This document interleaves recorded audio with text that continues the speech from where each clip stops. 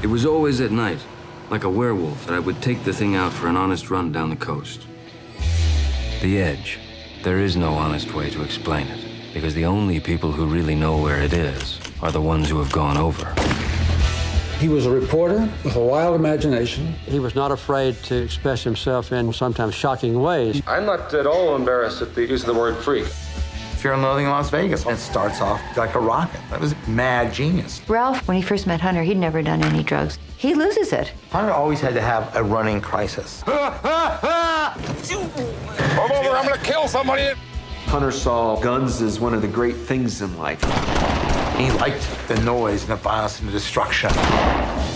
I think he was important in a literary way and also in a political way. Hunter was in Chicago, right in the midst of the gas and the beatings. I came with the idea that he should move to Washington, become a full-time correspondent. When he showed up at the campaign, no one knew who he was until he started publishing. Then all hell broke loose.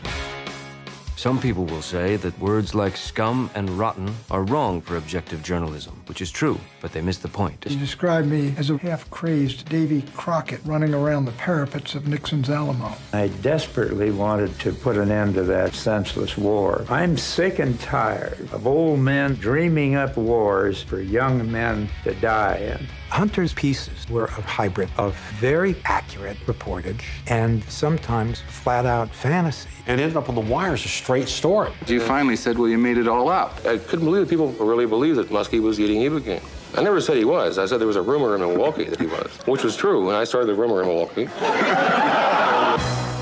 I think he captured certain truths about human perversity. I don't think that anybody can be surprised that we find ourselves in the nightmare we're in today because it's the same as the nightmare he described back then. He could have wielded a pretty effective sword against what's going on right now. He had this purity of vision. Will the real Hunter Thompson please stand up?